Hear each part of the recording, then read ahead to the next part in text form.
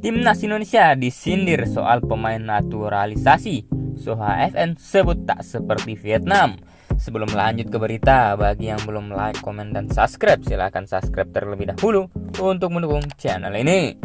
Timnas Indonesia yang bakalan mengandalkan pemain keturunan mendapat sindiran dari komentator Vietnam, Phu Man Hai. Dia bilang kalau hal itu jadi bukti Indonesia sulit mengembangkan pemainnya sendiri.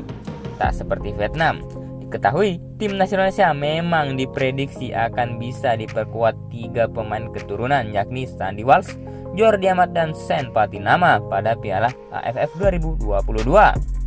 PSSI pun saat ini sedang berusaha agar ketiga pemain itu bisa mendapatkan izin dari klubnya main dalam turnamen bergengsi tersebut. Hal inilah yang disindir oleh Phu Man Hai.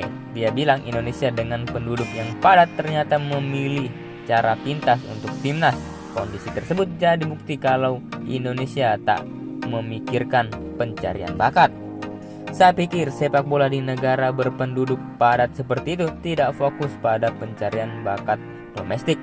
Menaruh harapan mereka pada pemain yang dinaturalisasi membuktikan bahwa mereka tidak memiliki dasar yang baik. Pemain naturalisasi belum tentu merupakan hal yang baik dan menambah kekuatan abadi sepak bola Indonesia, ungkap Phu Man Hai dikutip dari Soha FN.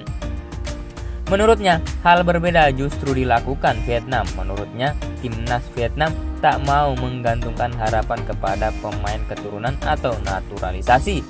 Seperti Vietnam, kami fokus mengembangkan pergerakan domestik, bukan pada pemain Vietnam atau naturalisasi di luar negeri, tutup dia.